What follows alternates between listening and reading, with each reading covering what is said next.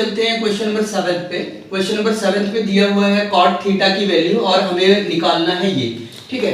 तो अब हमें क्या पता है, जब भी cot थीटा की वैल्यू दी हुई है तो हमें तो याद है सिर्फ तीन ही ट्रिग्नोमेट्रिक रेशियोज, साइन, कॉस और tan, ठीक है। तो हम क्या करेंगे, cot थीटा को कन्वर्ट करेंगे tan थीटा में। तो कन्वर्ट किया, cot थीटा का उल्टा होता है tan थीटा, तो इसे हमने इन्वर्स कर दिया, ये हो गया tan थीटा। अब इसके बाद क्या करेंगे, एक ट्रायंगल बनाएंगे। बना लीजिए एक ट्रायंगल, ठीक। मान लीजिए B पे राइट एंगल है, तो ये A, ये B, इसे मान लिया C। अब tan थीटा की वैल्यू कितनी हो जाएगी, परपेंडिकुलर अपॉन बेस। तो हम लेते हैं इस एंगल को थीटा, मान लीजिए इस एंगल को थीटा मान लिया हमने, तो थीटा के ऑपोजिट में जो आया वो परपेंडिकुलर, और फिर ये 90 डिग्री के ऑपोजिट में हाइपोटेन्यूज, जो बच गया वो हो गया हमारा बेस, ठीक है।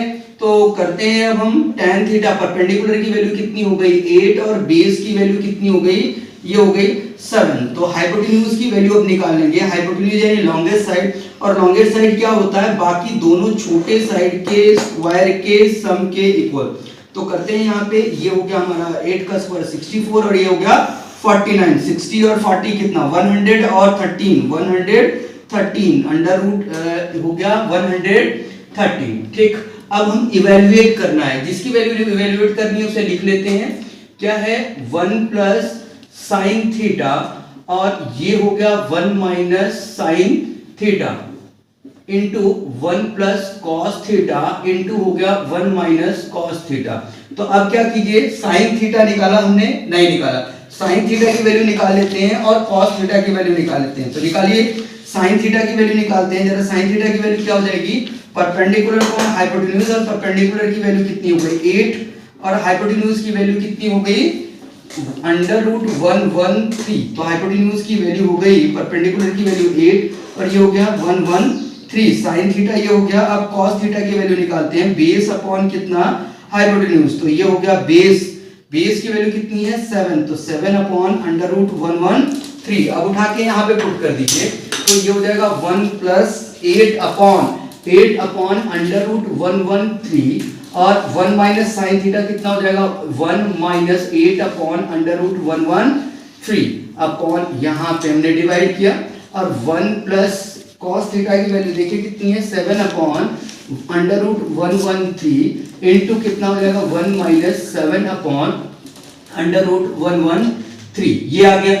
अब स्टूडेंट अगर आप ध्यान से देखें तो यहाँ पे क्या प्रॉब्लम है कि अंडर रूट 113 आ रहा है, तो एलसीएम लेने में और मल्टीप्लाई करने में बहुत प्रॉब्लम है, यानी 1 से पहले किया फिर इससे करेंगे तो लंबा हो जाएगा। लेकिन आप जरा एक बात को ध्यान से देखिए, जो लेफ्ट वाला ब्रैकेट में है, अगर 1 को मैं a मानता और 7 अपॉन अंडर रूट 1/3 को, अगर इस पूरी चीज को अगर 7 अपॉन अंडर रूट 113 को मैं b मानूं, तो क्या हो जाएगा इसमें a प्लस बी, और दूसरे वाले ब्रैकेट में कितना हो जाएगा a माइनस बी। और आपको पता है, ये हमारे पास फॉर्मूला है कि a plus B into A minus B, आपने क्लास 9 में पढ़ा होगा, किसके इक्वल होता है, a square minus B square, identities में पढ़ा होगा अलजेब्रा की।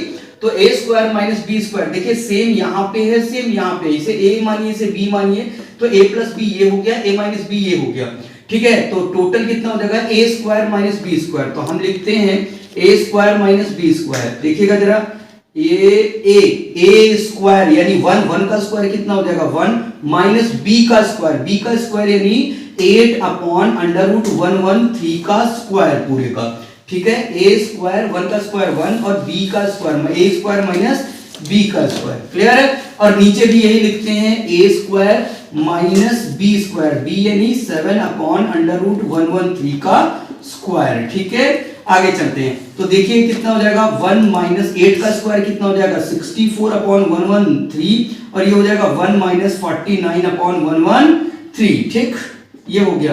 अब ऊपर चलते हैं हम, ठीक, 113 क्रॉस मल्टीप्लाई कर दें, जब नीचे कुछ भी नहीं दिया है हम क्रॉस मल्टीप्लाई कर लेते हैं, तो कितना हो जाएगा, ये हो जाएगा 113 माइनस कितना 64 अपॉन क्या हो जाएगा नीचे 113 हो जाएगा, ठीक। अब इसके बाद क्या हो जाएगा नीचे 113 माइनस कितना हो जाएगा 49 अपॉन कितना हो जाएगा 113, ठीक, ये हो गया 113, ये नीचे और यहाँ पे 113, ये हो गया कैंसिल, ठीक। अब ये जाएगा 113 में से 64 माइनस करेंगे तो कितना हो जाएगा 49, और 113 में से 49 माइनस करेंगे तो कितना आ जाएगा 64। तो ये आ गया हमारा 49/64, यही हो गया इसका आंसर। ठीक, एक और चीज देख लेते हैं। हमने एक कहा है कॉट थीटा की वैल्यू, क्वेश्चन का सेकंड पार्ट, कॉट थीटा की वैल्यू दी है 7/8।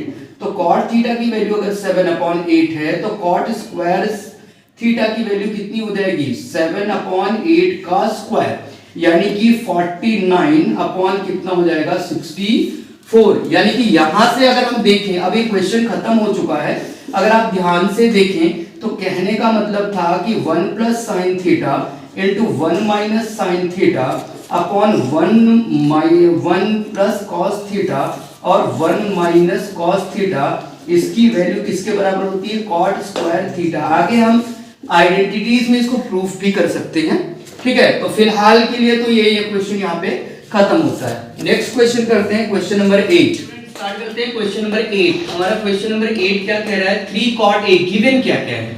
3 cot A की वैल्यू 4 दी हुई है, तो cot A की वैल्यू निकाल लो। सबसे पहले cot A की वैल्यू कितनी हो जाएगी 4/3, लेकिन याद हमने 3 ही करने हैं, sin cos tan, तो cot को tan के टर्म्स में चेंज करते हैं। तो cot A का उल्टा होता है tan A, ये रिवर्स हो जाएगा, उल्टा हो जाएगा 3/4। tan A आ गया आपको, तो क्या करना है ट्रायंगल, ट्रिग्नोमेट्रिक रेशियोज मिलते ही आपको ट्रायंगल बनाने हैं, कुछ नहीं करना है।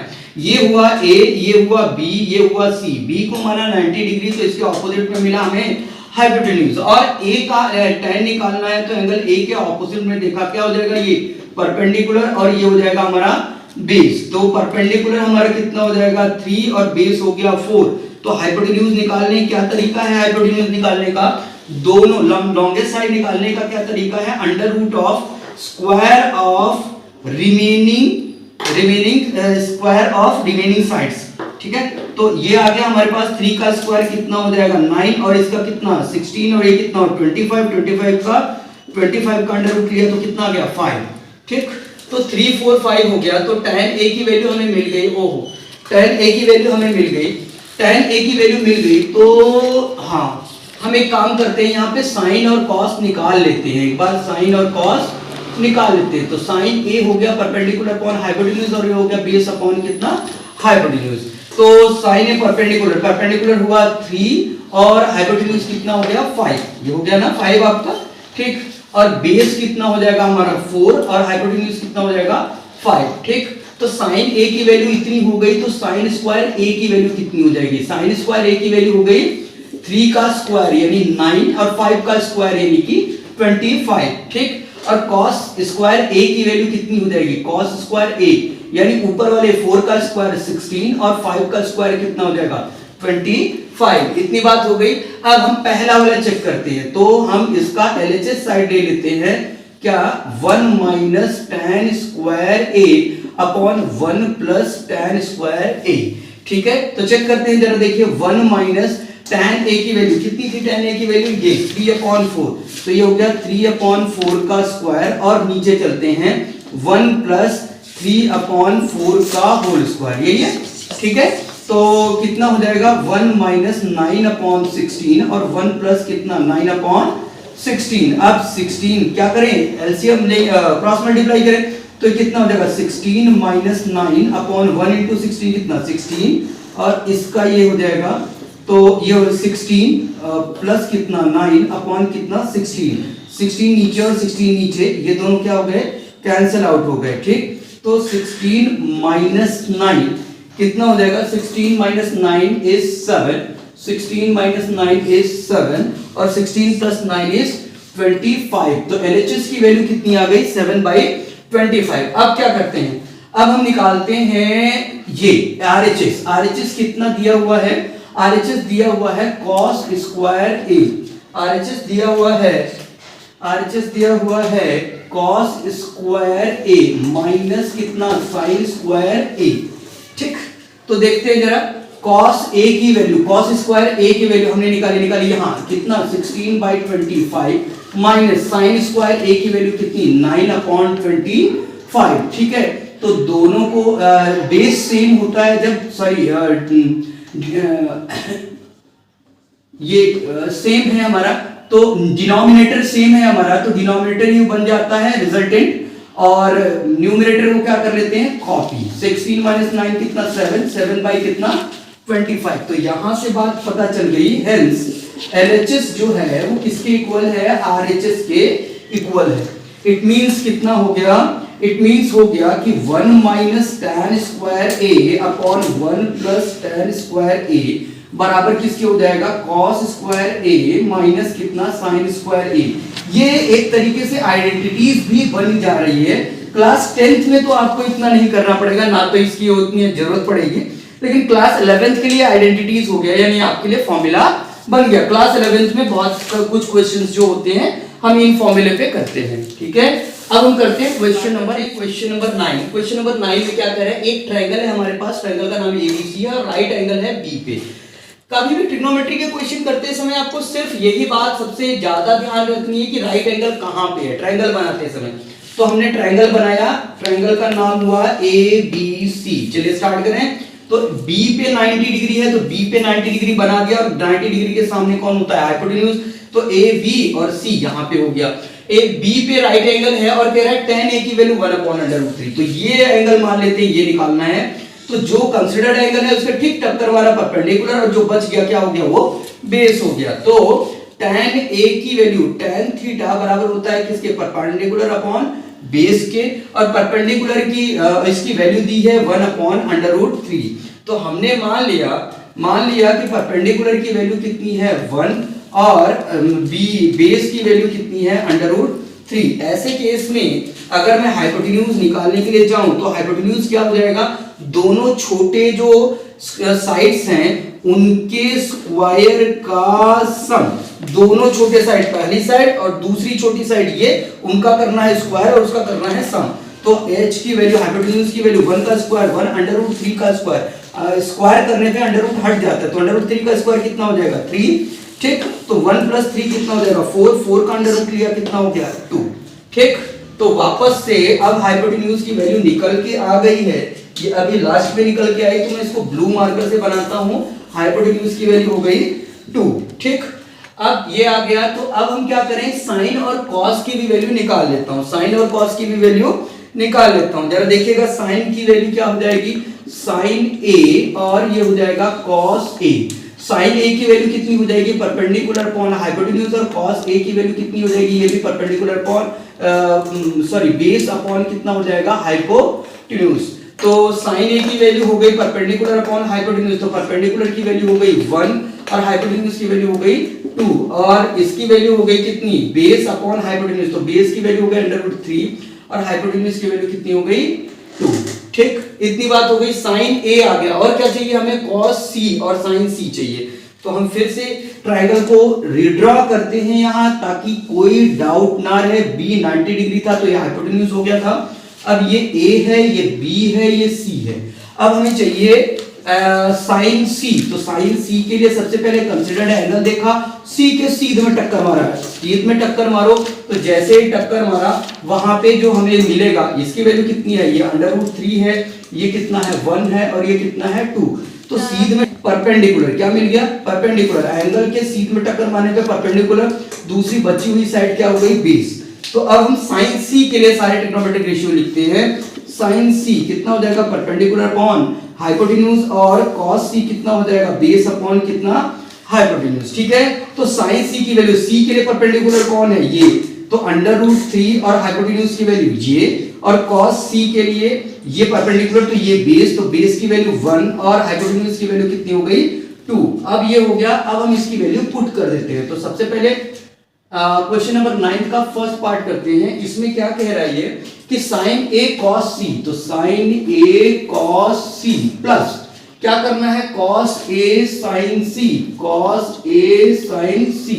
अब किसके बराबर है, कुछ भी नहीं, हमने निकाल लिया है, वैल्यू उठा के पुट कर देते हैं। साइन A की वैल्यू कितनी हो गई 1/2, और cos A की वैल्यू नहीं, यहाँ पे cos C पूछा है, तो cos C ढूंढो, ये हो गया 1/2 प्लस cos A ढूंढो, cos A कितना हो जाएगा √3/2, और sin C ढूंढो, sin C कितना है √3/2, ठीक। अब क्या हो गया, ऊपर और ऊपर का मल्टीप्लाई में क्या करते हैं, फ्रैक्शनल्स के मल्टीप्लिकेशन में क्या करते हैं, ऊपर और ऊपर वाले का मल्टीप्लाई और नीचे वाले नीचे वाले का, तो 1 को 1 से मल्टीप्लाई किया 1 और 2 को 2 से मल्टीप्लाई किया कितना 4, और ऊपर को मल्टीप्लाई किया √3 इंटू √3, तो √3 का होल स्क्वायर और होल स्क्वायर में अंडर रूट हट जाता है, तो कितना हो गया 3 और 2 जा कितना हो गया 4। अब देखिए डिनोमिनेटर सेम है, तो डिनोमिनेटर सेम जिन फ्रैक्शन के होते हैं उनको ऐड करने पे जो रिजल्टेंट आएगा, जो आंसर आएगा उसका भी डिनोमिनेटर सेम रहेगा 4 4, तो यहाँ आएगा 4, ठीक है। और ऊपर वालों को क्या करते हैं with the sign copy, with the sign क्या करते हैं कॉपी, 1 + 3 कितना 4 और 4/4 कितना आएगा आंसर 1 आएगा, तो पहले वाले का तो आंसर आ गया 1। अच्छा दूसरे वाले को चेक करते हैं, दूसरे वाले को चेक करते हैं, ये तो cos कितना है a और ये है cos c, माइनस करना है हमें sin a इनटू कितना करना है sin c, ठीक ठीक है। तो अब यहां पे बात करते हैं कितना हो जाएगा, cos a की वैल्यू ढूंढो, cos a की वैल्यू ढूंढी हमने कितना √3/2 और cos c ढूंढो, cos c कितना 1/2, ठीक है, माइनस sin a ढूंढो कितना 1/2 और sin c ढूंढो, sin c की वैल्यू कितनी हो जाएगी, sin c की वैल्यू हो गई √3/2, ठीक। तो √3 को 1 से मल्टीप्लाई करोगे तो कितना √3, 2 को 2 से मल्टीप्लाई करो तो 4, माइनस √3 को 1 से किया तो √3 और 2 को 2 से किया कितना 4, सेम चीज √3/4 √3/4 कैंसिल हुआ तो आंसर आ गया 0, ठीक ठीक है। क्वेश्चन तो हो गया हमारा कंप्लीट। अब जरा एक बार फिर से ध्यान से देखिए, तो अगर कोई एक हमारा ट्रायंगल हो और उस ट्रायंगल राइट एंगल ट्रायंगल हो, उसमें 90 डिग्री को छोड़ के बाकी के होंगे दो एक्यूट एंगल, दोनों एक्यूट एंगल के बारे में अगर मैं पहले एक्यूट एंगल का साइन लूं और दूसरे एक्यूट एंगल का कॉस लूं, ठीक, और इसका उल्टा कर दूं, पहले वाले एंगल का कॉस ले लूं और दूसरे वाले एक्यूट एंगल का साइन ले लूं, तो उन दोनों का सम करूं तो आंसर आता है 1। अगर इसका उल्टा करता हूं कि पहले वाले एंगल का कॉस लूं और दूसरे वाले एंगल का भी कॉस लूं और उसमें से माइनस करूं दूसरे वाले एंगल का साइन और पहले वाले एंगल का साइन और दूसरे वाले एंगल का साइन, तो आंसर आता है 0, ठीक है।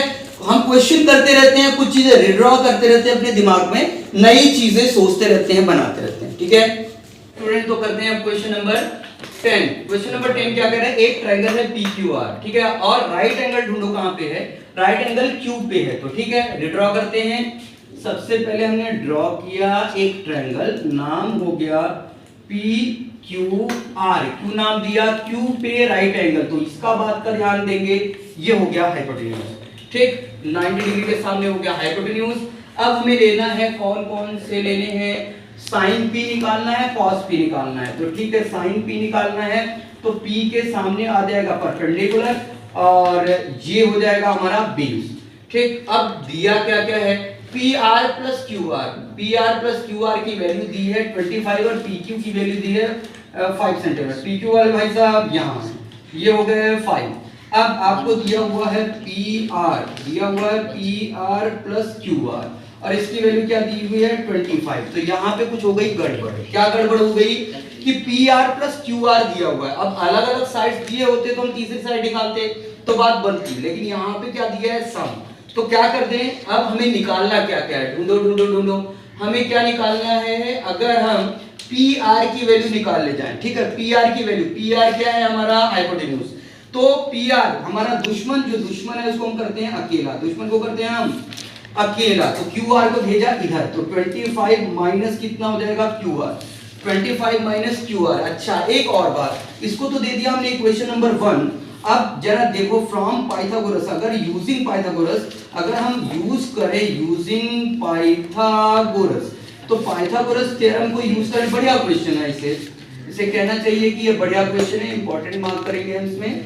और using Pythagoras theorem, Pythagoras theorem को यूज करेगा तो क्या कहता है कि हाइपोटेन्यूज का स्क्वायर यानी कि PR का जो स्क्वायर होगा वो किसके बराबर हो जाएगा, बाकी दोनों छोटे छोटे बच्चे, छोटे साइड, क्या नाम है इनका, एक का नाम RQ या QR लिख लेते हैं, ऐसे अच्छा लगेगा, वैसे अच्छा नहीं लगेगा, QR का स्क्वायर और ये हो गया PQ का स्क्वायर, ठीक। हाइपोटेन्यूज सबसे बड़े वाले का स्क्वायर दोनों छोटे बच्चों के स्क्वायर के सम के इक्वल होता है, क्लियर।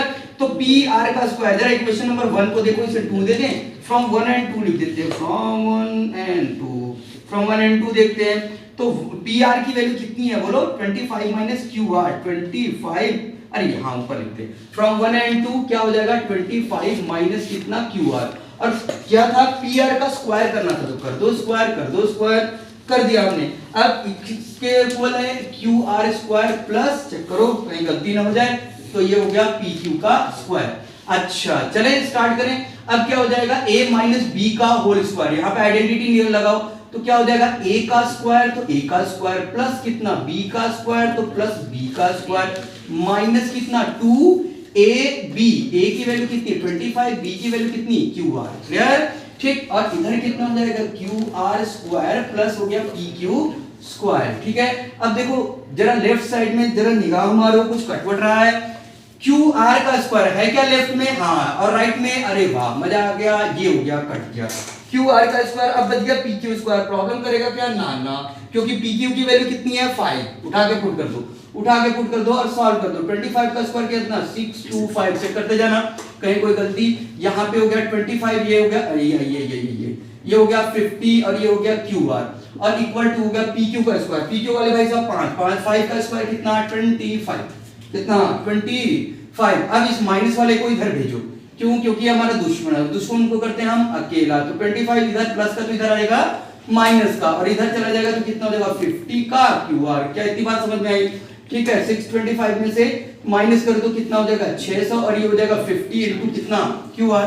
ठीक, अब क्या करेंगे QR की वैल्यू, QR हमारा दुश्मन है ना, तो दुश्मन को अकेला करेंगे, इसके साथ ये मल्टीप्लाई इधर जाएगा तो डिवाइड, तो 600 डिवाइडेड बाय कितना 50 और 50 से कट कीजिए जरा, कितना आ गया 12। ठीक, बन गया हमारा ट्रायंगल 12। अगर QR की वैल्यू 12 है तो फ्रॉम इक्वेशन 1 क्यों कर रहे हैं, हमें तीनों साइड पता करना है, इस वजह से एक साइड पता करने से काम नहीं बनेगा। QR की वैल्यू निकल गई है, अब इसे उठा के कहां पुट करे, इसमें पुट कर दो ना, इसमें पुट कर दें। ठीक है, PR की वैल्यू नहीं पता चली तो फ्रॉम इक्वेशन इसको 1 कहा था ना, तो PR की वैल्यू बताओ। PR की वैल्यू कितनी हो गई 25 माइनस का QR, और QR की वैल्यू कितनी है बता दो 12। तो 25 में से 12 घटाया कितना आ गया 13। PR की वैल्यू हो गई 13 नहीं भाई 13। ठीक है, तो अब क्या हो रहा है, हमें क्या चाहिए, साइन चाहिए, कॉस चाहिए, निकाल लो। अब क्या है, कुछ भी चाहिए, सिर्फ आपने तीनों साइड निकाल लिया तो गेम। हाँ जी, तो कहां पे थे हम, PR की वैल्यू आ गई, PR की वैल्यू हो गई 13 और इसकी वैल्यू 5 और इसकी वैल्यू 12। तो तीनों साइड आ गए, हमें कुछ नहीं करना। तीनों साइड के आते ही अब हमें कोई भी ट्रिग्नोमेट्रिक रेशियो निकालना हमारे लिए बाएं हाथ का काम है। तो ये हो गया P के सीध में टक्कर मारना परपेंडिकुलर, और ये हो गया हमारा बेस। अभी तो मामला हो गया था गड़बड़, सारा गड़बड़। ठीक है, तो साइन P निकालना है, तो साइन P कितना हो जाएगा परपेंडिकुलर अपॉन हाइपोटेन्यूज। सही लिख रहा हूं मैं? हाँ सही लिख रहा हूं। तो परपेंडिकुलर की वैल्यू कितनी हो गई 12 और इसकी वैल्यू कितनी 13। cos P हाँ निकाल लो, P में है तो कोई बात नहीं है। तो बेस अपॉन कितना हो जाएगा हाइपोटेन्यूज, तो बेस की वैल्यू हो गई 5 और ये हो गया 13। चेक करो कुछ गड़बड़ ना हो जाए। tan P की वैल्यू कितनी हो जाएगी, परपेंडिकुलर ये और बेस ये, ऐसी बात है। परपेंडिकुलर की वैल्यू कितनी है 12 और बेस की वैल्यू कितनी है 5। ठीक है, और कुछ निकालना है? नहीं निकालना है। तो ये क्वेश्चन खत्म हुआ। मेन काम क्या है यहाँ पे जो ट्रिग्नोमेट्री क्या है कि हमेशा कुछ भी आपको दिया घुमा के आपको सिर्फ दो साइड दी है तो तीसरी साइड निकालनी है। अगर दो साइड के रिलेशन दिए तो यानी आपको तीनों साइड निकालनी है और हर बार सिर्फ एक ही चीज यूज करनी है। तो ये चैप्टर बिल्कुल सिंपल बनता है, कुछ भी नहीं है इसमें, सिर्फ एक ही बात याद रखनी है, आपको तीनों साइड निकालनी है यूजिंग पाइथागोरस थ्योरम। ठीक है, अब चलते हैं क्वेश्चन नंबर 11 पे। क्वेश्चन नंबर 11 क्या कह रहा है, ये ट्रू और फॉल्स है। हम स्टेटमेंट को जस्टिफाई करने की कोशिश करेंगे। कह रहा है तो value of tan A is always less than 1। अच्छा ऐसी बात है। कोई एक ट्रायंगल ले लेते हैं, कोई एग्जांपल ले लेते हैं, उसे समझने की कोशिश करते हैं। मान लीजिए मैं लेता हूं फर्स्ट पार्ट को, क्या कह रहा है, हम ले लेते हैं कोई एक ट्रायंगल। कौन से ट्रायंगल भाई साहब, मान लीजिए ये था 3, ये था 4, ये था 5। पाइथागोरस बन रहा है तो बिल्कुल सही है, हाँ सही है। तो इसको कहा A, इसको कहा B, इसको कहा C। तो ठीक है जी, tan थीटा की वैल्यू निकाल लीजिए। यहाँ पे tan A की वैल्यू निकाल लेते हैं। tan A की वैल्यू, ये A है तो सीध में टक्कर मार के परपेंडिकुलर, और मिल गया मुझे बेस। तो परपेंडिकुलर की वैल्यू हो गई 4 और इसकी वैल्यू हो गई 3। परपेंडिकुलर अपॉन बेस 4/3 जरा डिवाइड कीजिए, कितना आ जाएगा 1.33, लगभग इतना। तो 1 से बड़ा है भाई साहब, तो आपने जो कहा है वो बात बिल्कुल होती है गलत। ठीक, अब क्या करते हैं, क्वेश्चन नंबर 11 का लेते हैं सेकंड पार्ट। क्या कह रहे हैं सेकंड पार्ट, sec a की वैल्यू अगर 12/5 है फॉर सम एंगल, मतलब पूछने का क्या मतलब है इसका, मतलब कि क्या sec a की वैल्यू 12/5 हो सकती है। चेक करते हैं, हमें तो कुछ पता ही नहीं है, हम तो कभी हमेशा चेक करते हैं sec a की वैल्यू 12/5, लेकिन हमें कुछ नहीं पता है sec के बारे में, हम तो सिर्फ 3 जानते हैं, sin cos tan, तो उल्टा कर दिया, cos a तो वैल्यू हो गई 5/12। ठीक है, मान लीजिए अगर हम एक ट्रायंगल लेते, कैसे ले लिया सर आपने, बिल्कुल अपने आप से रट के बैठे हो क्या, नहीं, हमने अभी क्वेश्चन किए तो कुछ एग्जांपल पता चल गए कि अगर कोई एक साइड जो है कितनी हो, एक साइड 5 हो, एक साइड 12 हो, तो तीसरी साइड 13 हो सकती है। लेकिन यहाँ गड़बड़ हो गया। एक काम करते हैं, cos a की वैल्यू है 12, यानी cos थीटा हो जाएगा बेस अपॉन हाइपोटेन्यूज। ठीक है, तो बेस की वैल्यू 5 और हाइपोटेन्यूज की वैल्यू 12, तो इसकी वैल्यू कितनी हो जाएगी, निकाल लो सर, निकाल लो। ये हो गया a, ये हो गया b, ये हो गया c, तो bc की वैल्यू निकालो है, क्यों निकाल लो। तो हम cos a, ये हो गया परपेंडिकुलर इसके लिए परपेंडिकुलर हो गया बेस। ठीक, तो हमें क्या निकालना है, BC की वैल्यू, तो BC यानी छोटा वाला साइड कैसे निकालते हैं, जो सबसे बड़ा वाला साइड होता है उसके स्क्वायर में से ये जो साइड दूसरी छोटी वाली होती है इसके स्क्वायर को घटा देते हैं। तो कर दीजिए 144 माइनस कितना 25, तो कितना हो जाएगा जी, कितना हो जाएगा, ये हो गया 144 में से 20 घटाओ तो कितना हो जाएगा 120, अगेन 5 घटाओ कितना हो जाएगा, है ना, कितना हो जाएगा 124 में से 5 घटाओ तो कितना हो जाएगा 119। सही लिख रहा हूं मैं, चेक कर लो। ठीक है,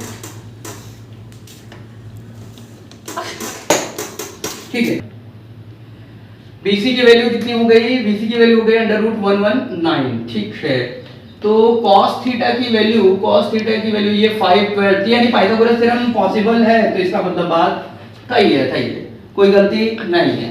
ठीक, तो cos a की वैल्यू इतनी है तो sec a की वैल्यू हो सकती है, तो ये हो गया ट्रू, ये हो गया हमारा ट्रू।